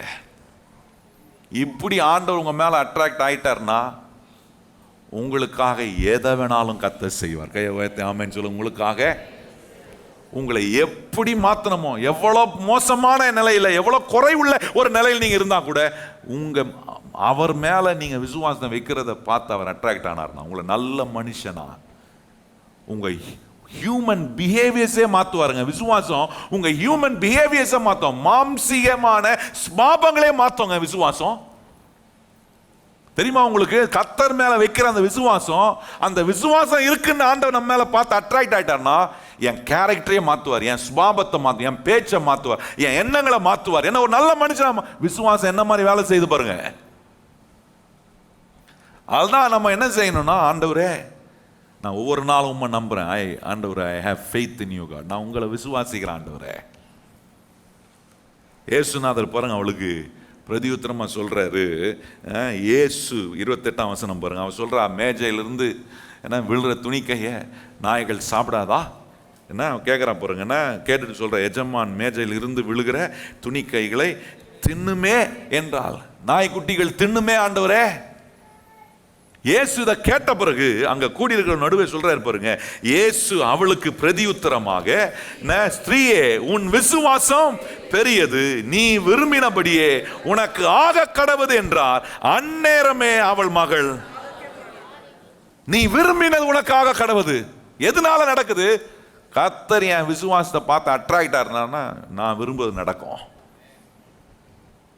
ரொம்ப முக்கியம் பாருங்க, அந்த விசுவாசம் நம்மளை காட்லி கேரக்டருக்குள்ள கொண்டு வருது, காட்லி திங்கிங் உள்ளவர்களா மாத்துது, தெய்வீக சுபாவம் உள்ளவர்களா நம்மளை மாத்துது, தெய்வீக சிந்தனை உள்ளவர்களா கர்த்தர் நம்மளை இந்த விசுவாசம் இவ்வளவு வேலை செய்துங்க. இப்படி கர்த்தர் விசுவாசத்தின் மூலமா நம்மளை மாற்றும் போது ஆண்டவர் சொல்றாரு, அங்க ஆண்டவர் சொல்றாரு, ஸ்திரீயே உன் விசுவாசம் பெரியது, நீ விசுவாசித்தபடியே உனக்கு ஆக கடவுது, நீ விரும்பினபடியே உனக்கு ஆக கடவுது. இதைதான் இன்னைக்கு ஆண்டவர் நமக்கு கற்றுக் கொடுக்குறார். நீங்க போகிற இடத்துல யாரை இம்ப்ரெஸ் பண்றீங்களோ இல்லையோ, நல்லா கவனிங்க. மனுஷன் எங்க போனாலும் அவரை இம்ப்ரெஸ் பண்ணலாமா, இவரை இம்ப்ரெஸ் பண்ணலாமா? நான் சொல்றேன், நீங்க யாரை இம்ப்ரெஸ் பண்றீங்களோ முதல்ல உங்களுக்காக யாவையும் செய்திருக்கிற இயேசுவை உங்க வாழ்க்கையில உங்க விசுவாசத்தின் மூலமா இம்ப்ரெஸ் பண்ணுங்க. உங்க விசுவாசத்தின் மூலமா அவர் இம்ப்ரெஸ் ஆயிட்டாருன்னா நான் சொல்றேன், உங்களுக்கான சகல மாற்றத்தையும் அற்புதத்தையும் கர்த்தர் செய்ய ஆரம்பிச்சிருவார். உங்களை பார்த்து சொல்லுவார், உன் விசுவாசம் பெரியது. 100க்கு அதிபதியை பார்த்து சொல்ற, அவன் விசுவாசத்தை பார்த்து ஆச்சரியப்பட்டார். இந்த கானானிய ஸ்திரீயை பார்த்து சொல்ற, உன் விசுவாசம் பெரியதுன்ற. இங்க ஆண்டவர் அட்ராக்ட் ஆனதுக்கும் இம்ப்ரெஸ் ஆனதுக்கும் வேற ஒண்ணுமே கிடையாது பாருங்க. அவங்க அதிகாரத்தை பார்க்கல, அவங்க நிலைகளை பார்க்கல, ஆண்டவர் பார்த்ததெல்லாம் அவங்க கர்த்தர் மேல வச்ச விசுவாசம். இன்னைக்கு நான் சொல்றேன், அதே தேவன் இன்றைக்கு நமக்கு முன்பாக ஒவ்வொரு நாளும் நம்மளை அவர் காண்கின்ற தேவனாக இருக்கிறார். கையை சொல்லுங்க, கர்த்தர் எப்படிப்பட்டவராக இருக்கிறாரு? என்னை காண்கின்ற தேவன், என்ன பார்க்க விரும்புறாரு, அவரை அட்ராக்ட் பண்ணக்கூடிய விசுவாசம் எனக்குள்ள இருக்கா? இருந்துச்சுன்னா நான் சொல்றேன், வானம் திறக்கப்படும், ஏற்ற நேரத்தில் மழை பெய்யும், நான் கையிட்டு செய்கிற வேலையெல்லாம் கர்த்தர் ஆசீர்வதிப்பார். என்னை ஒரு நாளும் கையேந்திரவனா வைக்க மாட்டார். அநேகருக்கு கையை திறந்து கொடுக்கக்கூடிய ஒரு நன்மையை பாத்திரமாக கர்த்தர் என்னை மாற்றுவார். ஏன்னா கர்த்தர் என் விருப்பத்தை எனக்கு நிறைவேற்றுகிற தேவனா. நான் அவரை விசுவாசிக்கிறது பெருசா இருக்கணும்னா, உன் விருப்பத்தின்படியே உனக்கு, பக்கத்தில் பார்த்து சொல்லுங்க, இன்னைக்கு உங்க விருப்பத்தின்படியே கர்த்தர் உங்களுக்கு செய்ய வல்லவராக இருக்கிறார்.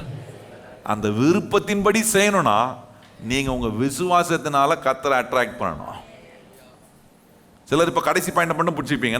என்ன பாயிண்ட்? உன் விருப்பத்தின் பாஸ்டர் சொல்லிட்டாரு. அந்த விருப்பத்தின்படி ஆகணும்னா நம்ம விசுவாசம் அவரை அட்ராக்ட் பண்ணணும்.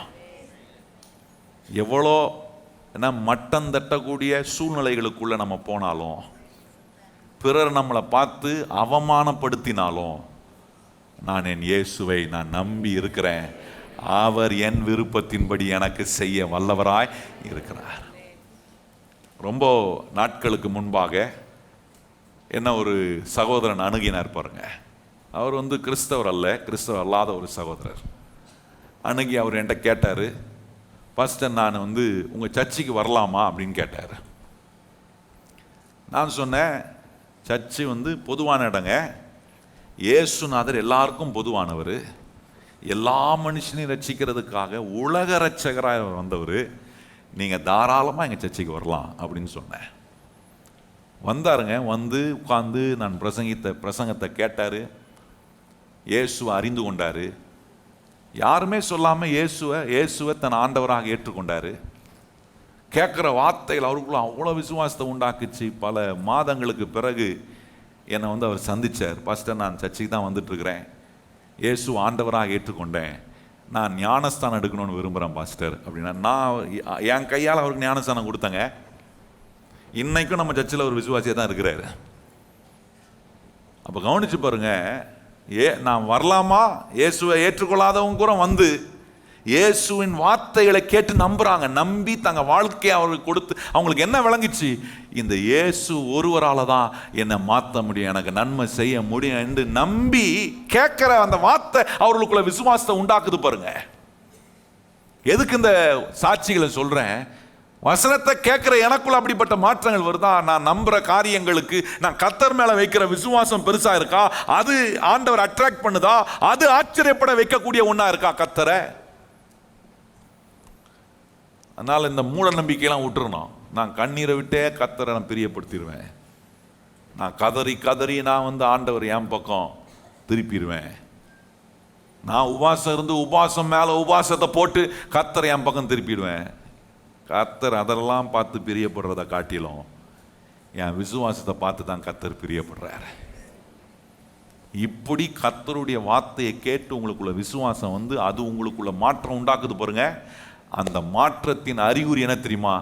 நீ விரும்புகிறபடியே உனக்கு ஆக கடவுது என்று கர்த்தர் அதை ப்ரூவ் பண்ணி உங்க வாழ்க்கையை கர்த்தர் தம்முடைய நன்மையினால நிரப்புவார். அவள் போகிற அந்நேரமே அவளுடைய மகள் சொஸ்தமானதை பார்த்து எவ்வளோ சந்தோஷம் இருந்திருக்கும், எவ்வளோ மகிழ்ச்சி இருந்திருக்கும். கொஞ்சம் யோசித்து பாருங்க. இன்னைக்கு நம்ம எப்படி போகிறோம் இந்த இடத்த விட்டு? இந்த இடத்த விட்டு போகும்போது எனக்கு ஒரு நம்பிக்கை இருக்கு, என் விருப்பத்தின்படியே கர்த்தர் எனக்கு செய்வார். ஏன்னா என் விருப்பத்தை அவர் நிறைவேற்றார்னா என் விசுவாசத்தை பார்த்து கர்த்தர் என்ன பண்ணியிருக்கிறாரு? பிரியப்பட்டிருக்கிறார். அவர் அட்ராக்ட் ஆக, அவர் இம்ப்ரெஸ் ஆகி, நான் என் விசுவாசத்தின் மூலமா இயேசுவை நான் கவர்ந்திருக்கிறேன் அப்படின்னா நான் சொல்றேன், உங்களுக்கு அற்புதம் நடக்கும், உங்களுக்கு விடுதலை உண்டாகும். உங்களுக்கு முன்பாக எத்தனை பேர் எதிர்த்து நின்றாலும் உங்களுக்காக ஒரு ஃப்ரெஷ்ஷான வழியை கர்த்தர் உண்டாக்குவாரு. அதுல உங்களை ராஜரீதமான பாதையில, அதான் சொல்ல பாருங்க, கர்த்தர் தம்முடைய பிள்ளைகளை ராஜ பாதையில நடத்துவாராம். இப்படி ஆண்டவர் மேல விசுவாசம் வச்சு நிறைய எதிர்ப்புகள் இருக்கலாம், நிறைய தடைகள் இருக்கலாம், நிறைய பிரச்சனைகள் இருக்கலாம், நிறைய தேவையின் நெருக்கடி இருக்கலாம். ஆனா கர்த்தர் மேல் நம்பிக்கை வைக்கிற, விசுவாசம் வைக்கிற எனக்கு ஆண்டவர் என்ன செய்வார்னா, அவர் அதுல பிரியப்பட்டார்னா எனக்காக ஒரு ராஜ பாதையை உண்டாக்குற ஒரு கர்த்தர் எனக்கான வழிகளை திறப்பார், என்ன அதில் நடத்தி கொண்டு போவார், என் அக்கறை கொண்டு போய் சேர்த்து அவர் விரும்புகிற காரியங்களை என்னில் நிறைவேற்றுவார். இப்படிப்பட்ட மகிமையான வேலையை செய்யதான் கர்த்தர் நமக்குள்ள இந்த விசுவாசத்தை உண்டு பண்ணக்கூடிய காரியங்களை சொல்லி கொடுக்கிறார். விசுவாசம் ஒண்ணுதான் வானத்தை திறக்கும். விசுவாசம் ஒண்ணுதான் கர்த்தரை பிரியப்படுத்தும். விசுவாசம் ஒண்ணுதான் கர்த்தரை அட்ராக்ட் பண்ணும், இம்ப்ரெஸ் பண்ணும். இன்னைக்கு நீங்க எதை வச்சு கர்த்தரை அட்ராக்ட் பண்ண போறீங்க? எதை வச்சு கர்த்தரை இம்ப்ரெஸ் பண்ண போறீங்க?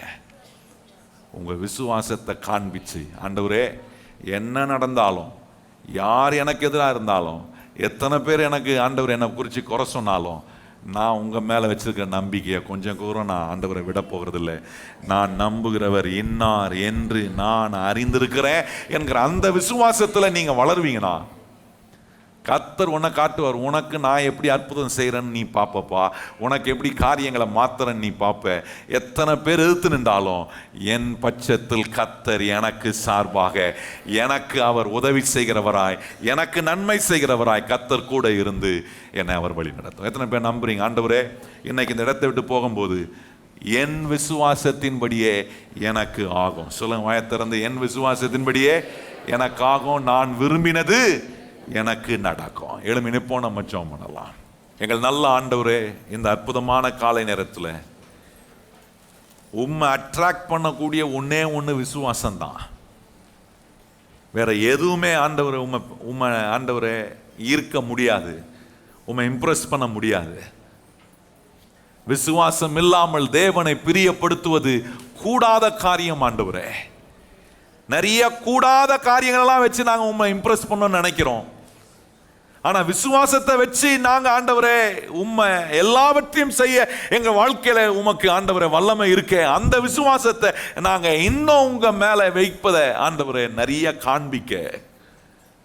100க்கு அதிபதியுடைய விசுவாசம் ஆண்டவரே உம்மை ஆச்சரியப்பட வச்சுச்சே.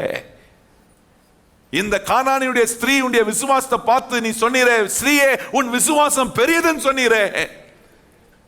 நிச்சயமா இந்த இடத்தில் நிக்கிற எங்க ஒவ்வொருவரையும் பார்த்து நீரும் அப்படி சொல்லுவீர் என்று எங்க விசுவாசத்தை பார்த்து நீங்க அப்படி சொல்லுவீங்க. ஆண்டவரே உன் விசுவாசம் பெரியது. ஆண்டவரே எங்க விசுவாசத்தை பார்த்து நீர் ஆச்சரியப்படக்கூடிய அளவு நாங்க உங்க மேல எங்க நம்பிக்கையை முழுவதும் வைக்கிறோம். ஆண்டவரே உம்மை நம்பின உம்முடைய ஜனங்கள் ஒருபோதும் வெட்கப்பட்டு போவது இல்லை. இன்னைக்கு அதுதான் சொல்லி இருக்கிறீர். உம்மை விசுவாசிக்கிறவர்களாய் நாங்கள் இருக்கும்போது உன் விருப்பத்தின்படியே உனக்கு ஆக கடவுள். கையை உயர்த்தி சொல்லுங்க, ஆண்டவரே நான் உம்மை விசுவாசிக்கிறேன். சொல்லுங்க வாயை திறந்து, இயேசுவே நான் உம்மை விசுவாசிக்கிறேன். இவ்வளவு நேரம் கேட்ட வார்த்தைகள் என் நம்பிக்கை எல்லாம் இயேசுவின் மேல ஆண்டவரே முழுமையாய் திரும்பி இருக்கிறது. ஆகவே எங்க விசுவாசத்தை பார்த்து நீர் பிரியப்படுகிறதுனால, ஆண்டவரே அட்ராக்ட் ஆயிருக்கிறதுனால நீர் எங்களை பார்த்து சொல்லுகிறீர், உன் விசுவாசத்தின்படியே உனக்கு ஆக கடவுது. நீ விரும்பினது உனக்கு ஆக கடவுது என்று சொல்லுகிறீரே ஆண்டவரே. இந்த வார்த்தையின்படியே உங்களுடைய பிள்ளைகளுக்கு நடக்கட்டும். உங்களுடைய பிள்ளைங்க வீட்டுக்கு திரும்பி போகும்போதே இன்றைக்கே அந்த அற்புதம், அந்நாளிலே ஆண்டவரே அவனுடைய வேலைக்காரன் சுத்தமானானே, அதே போல ஆண்டவரே இன்னைக்கே உம்முடைய பிள்ளைகளுக்கு பல நன்மைகள் அற்புதங்கள் நடக்கட்டும். ஆண்டவரே உம்முடைய நன்மைகளை உம்முடைய பிள்ளைகள் காண அவருடைய விசுவாசம் எவ்வளவு பெருசாய் இருக்கின்றத ஆண்டவரே நீர் அவர்களுக்கு உணர்த்தி காட்டுங்க. விசுவாசத்தினால மாத்திரம்தான் நீர் எங்களுக்கு கிரியை செய்கிற நல்ல தேவனா இருக்கிறீர் என்பதை நாங்கள் நம்பி எங்களை உங்களுடைய கரத்தில் ஒப்பு கொடுக்கிறோம். மற்ற வீணான காரியங்கள்லாம் விட்டுறோம். ஆண்டவரே எல்லாத்தையும் அர்த்தமுள்ளதாய் மாற்றுகிறோம். விசுவாசம் சகலத்தையும் அர்த்தமுள்ளதாய் மாற்றுகிறது. அப்படி நாங்கள் உம்மை நம்பி உம்மை பின்பற்றி வர கிருபை செய்யும். இயேசு கிறிஸ்துவின் அன்புள்ள நாமத்தில் ஜெபம் செய்கிறோம் எங்கள் பரிசுத்தமுள்ள நல்ல பிதாவே, ஆமென். இப்பொழுது நம்முடைய கர்த்தராகிய இயேசு கிறிஸ்துவினுடைய கிருபையும் பிதாவாகிய தேவனுடைய அன்பும் பரிசுத்த ஆவியானவருடைய அந்யோன்ய ஐக்கியமும் இன்றும் என்றும் சதா காலங்களிலும் நம் அனைவருடன் நிலைத்திருப்பதாக. நாம் எல்லாரும் இணைந்து சொல்லுவோம், என் ஆத்துமாவே கர்த்தரை ஸ்தோத்திரி, என் முழு உள்ளமே அவர் பரிசுத்த நாமத்தை ஸ்தோத்திரி. என் ஆத்துமாவே கர்த்தரை ஸ்தோத்திரி, கர்த்தர் செய்த சகல உபகாரங்களையும் மறவாதே. ஆமென்.